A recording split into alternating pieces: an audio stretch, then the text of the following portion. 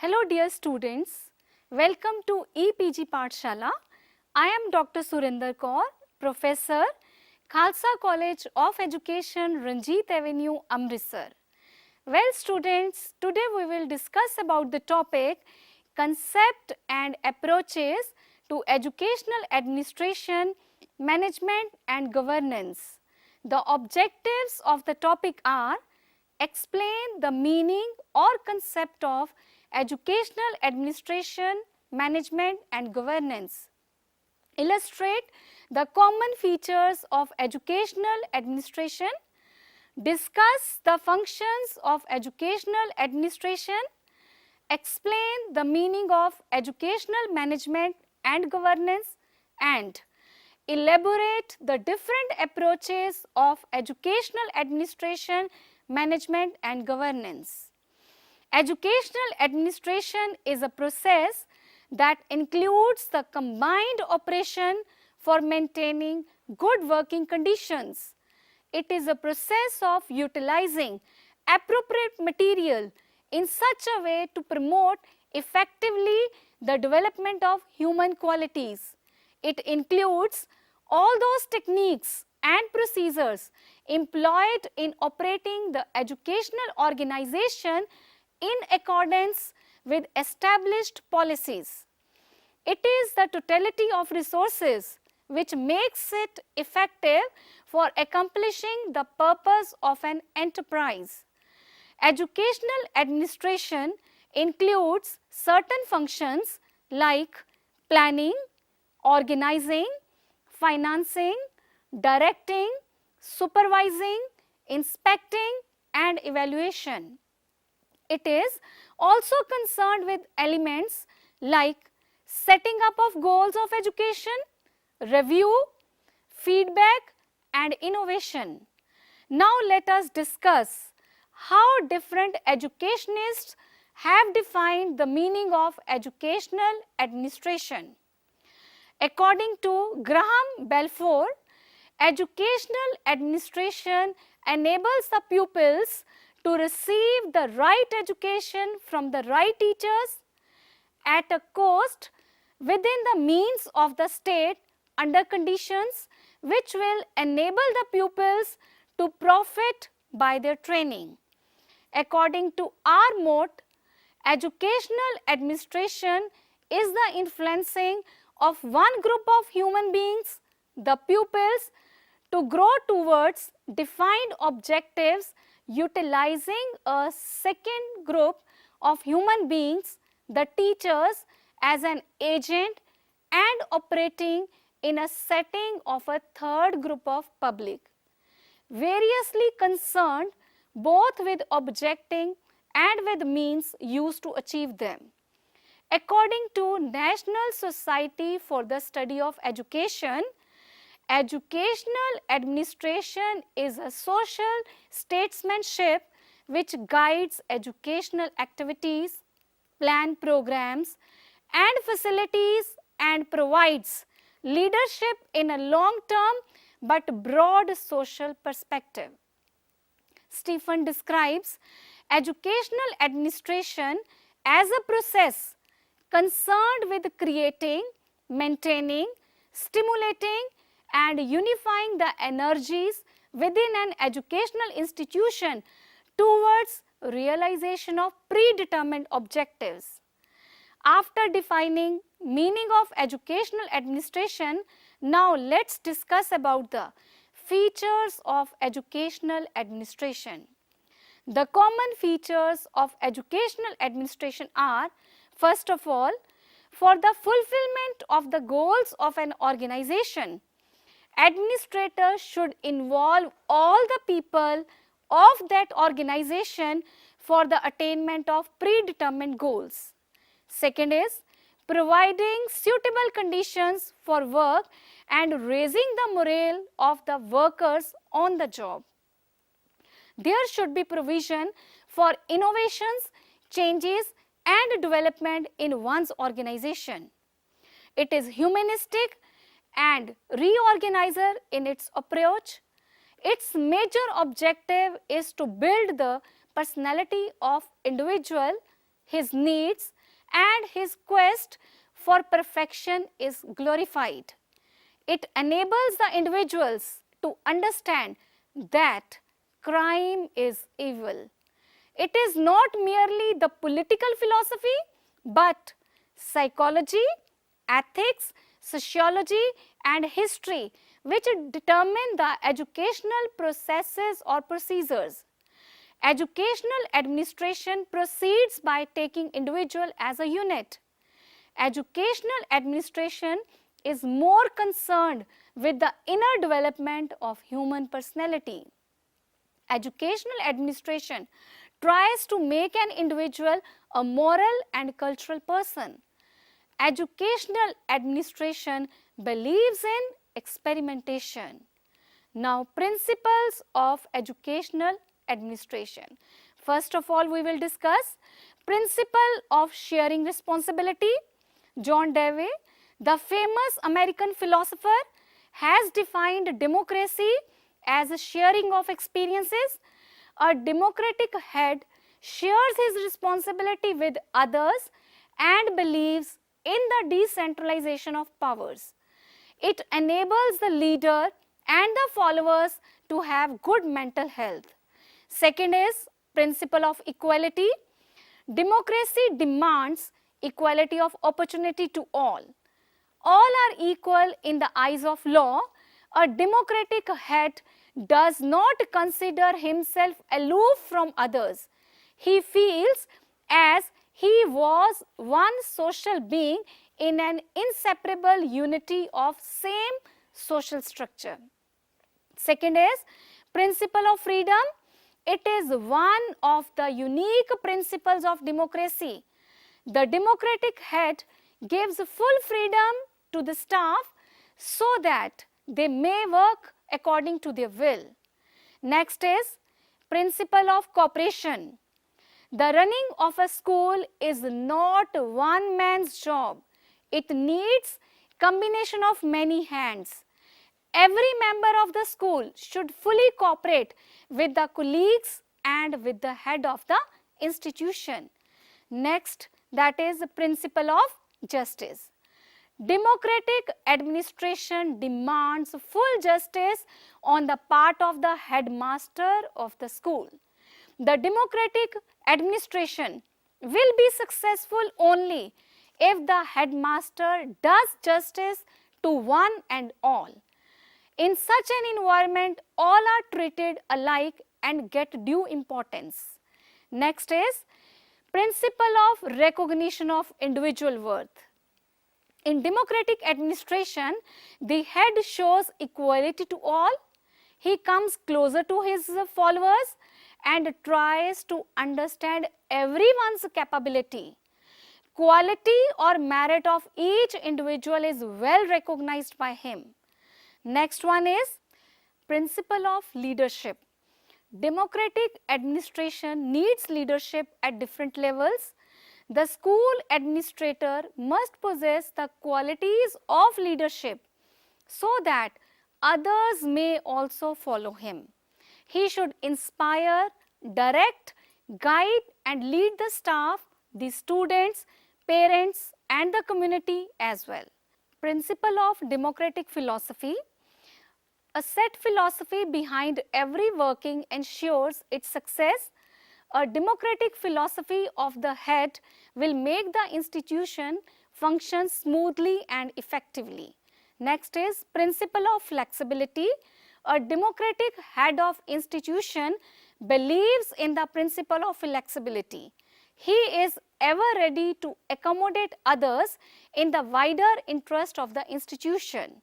Next one is principle of optimism. School administrators should be fundamentally optimistic in his outlook and constructive in his policies and procedures. He should have full faith in the efficiency of his program. Next is principle of professional growth. The success of the administrator depends on the efficiency of his colleagues and subordinates. Therefore, he should be sincerely interested in the professional growth of his staff so that they may be able to discharge their duties successfully. Next is principle of relative value. All decisions should be made on the basis of relative value. The goal of the school or the majority of the students should be the most important determining factor. Now we will discuss about functions of educational administration. Educational administration is expected to perform certain functions to achieve the objectives of the organization, like educational administration defines aims and purpose of education. It also frames policies for effective functioning of an organization to achieve predetermined goals. It lays down the structure of the organization. Educational administration prescribes the duties and responsibilities of the positions in the organization. It also prescribes the power and the authority of the position of the organization. Educational administration provides finance and other material resources for its proper functioning at various levels. It plans and operates an effective educational program. Educational administration lays down qualitative and quantitative standards of performance for the personnel. Educational administration provides good professional leadership. It stimulates the workers' efforts and maintain their continuous development. Educational administration evaluates the total outcome in relation to the established policies, aims and norms. After discussing meaning and concept of educational administration, now we will discuss about the meaning of management. It is the basic integrating process of organizational activity which surrounds our daily life. Management involves many good factors. However, some of them are very experiment and need to be understood in proper perspective in order to make management effective, functional, ever progressing and strong. In the present era, the emphasis on management is increasing so as to get defined and effective results out of an educational process. So, important functions of management are as such. First one is goal. Some of the goals of education such as physical, social, emotional and spiritual development, that is all-round harmonious development of the personality, may be common for all the societies of the world. However, some goals may be different for different nations. Second is resources. Even when it is a fact that school management is to deal with different types of resources, that is human resources, physical resources, abstract resources, financial and community resources like museum, zoo, etc. It needs to be ensured that maximum utilization of these is achieved. These resources, which in themselves don't carry any meaning, are to be made meaningful by the management so as to be useful for the students at their work. Next one is coordination. One very important function which management is to perform in the educational process is to coordinate the functioning of different activities in the institution in such a way that utilization of their functioning provides maximum utility to the students, staff and management. Next one is counseling. In order to provide beneficial services to the student and community, a dignified control is must. In order to create such a social setup The management of all the levels should work in a perfect disciplined order. This type of control reflects the type of management. Next one is direction. As the management fixes the aim, which is generally contained in the motto of the institution, which serves as the direction for the institution in good management. The direction should be clear and followed in sportsman spirit in the institution. Next one is planning. Planning is one of the formal duties of the management of an institution. Planning is always done in advance in such a way that all things happen in a systematic way. Planning means leading beforehand how things are to be done and why it should be done in that way. In order to make the school activities effective, meaningful and successful, we need effective planning in the following these areas like financing, staffing, resources, motivation, development, supervision and evaluation. Now next point is monitoring and evaluation. When above factors are kept in view, the monitoring part becomes of greater significance. Poor monitoring leads to the wastage of resources and poor results. If monitoring is of good quality, much of the wastage is controlled and maximum utilization is got out of it. No doubt, supervision is important, but evaluation is more important than it at all the stages of the activity. It is better to carry out periodical evaluation to know the level of success of an activity and to improve upon the weaknesses and drawbacks of the situation. Other benefits also, management improves efficiency and skill, it improves human relations, it decreases type and scope of confusion and increase the confidence of the manager and others who participate in running of institution. Approaches of educational administration, management and governance. First of all, we will discuss social demand approach. This approach was used in Robbins Committee report on higher education in Britain.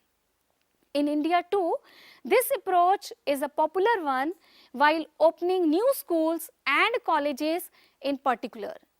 In this approach, there are certain steps involved like to estimate the proportion of students completing school education and are likely to enter into higher education. Second is to estimate how many of these successful school leaving students would actually apply for admission to colleges. To determine how many of the applicants should be given admission to higher education. To determine the length and duration of the study. Thus, the major issue involved in this approach is to forecast future demands for seats, keeping in mind social and educational trends as well as demographic changes.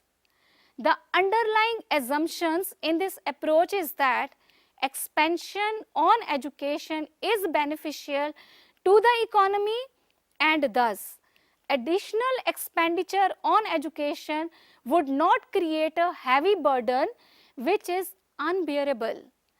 This approach is more prevalent in those societies which favor traditional cultural values where decisions are taken on the basis of public opinion and in societies where the social environment is generally pessimistic in nature.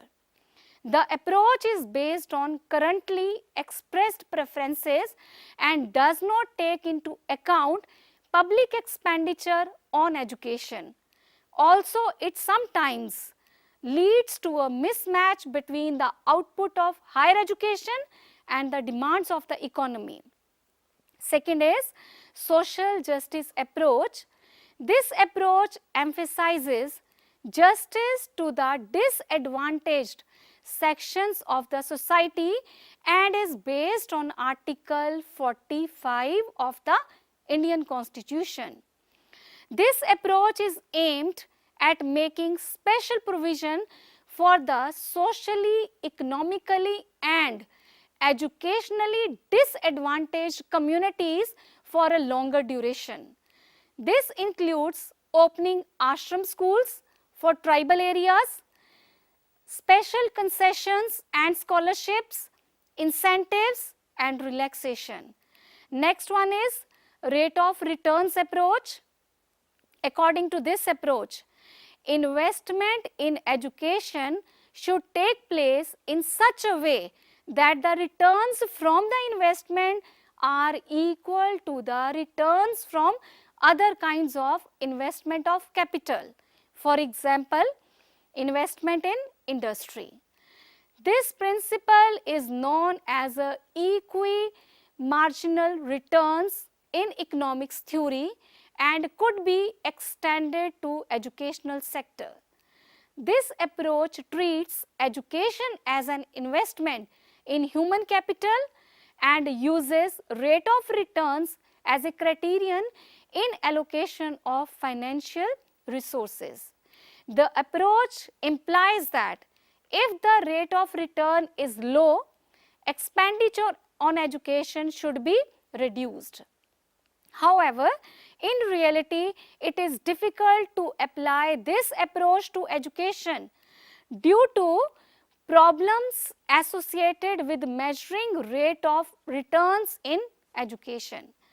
An educated person's earnings or rate of returns depend upon his or her innate intelligence, parental socio-economic status, motivation and aspirations. Hence, it is not easy to attribute the rate of returns only to education acquired. Hence, this approach is least frequently applied to education. Now, next approach is manpower planning approach. It implies that social system needs educated and trained people with certain well-defined knowledge, attitude and skills. The demand for such people, that is, manpower, is variable and changes with the technical, economic and social development. Educational training and development of such people is the human resources development for maintaining and improving the social system and also for the socio-economic and political modernization of a country. Educational system should be as designed so that it should fulfill the country's manpower requirement. It should produce as many educated and trained people of different categories such as doctors, engineers, teachers, graduates, postgraduates, etc. as are required by the country for its various services. Short production or ever production of these will be a defect of planning or failure of planning technology. It assumes a greater importance in the field of education as it is regarded as an important factor for economic development of a country. New ideas, new techniques and new knowledge of production embodied in physical capital determine the rate at which the economy of country as a whole can advance. Every country therefore builds up a system of education to fulfill these needs for trained, skilled and efficient manpower. Educational planning in most countries focuses on this perspective. In this method, the general demand and capacity of supply of human resources in different streams and at different levels of the educational sector are estimated. The approach asserts that the system of education produces the right quality of human resources with the desirable knowledge, attitudes and skills in the right numbers, and thus education is directly linked with the economic development. The application of the manpower planning approach depends on such factors like an appraisal and analysis of the existing employment conditions and the system of education.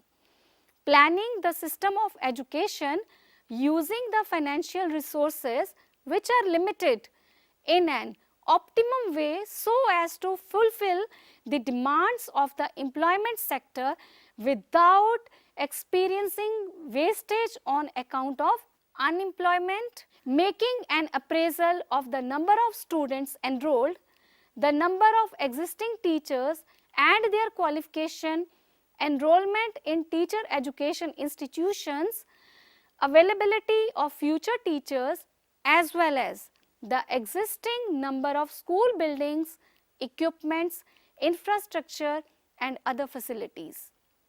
The requirements of the employers regarding occupational or professional qualifications for employees, their levels of training and abilities should also be assessed.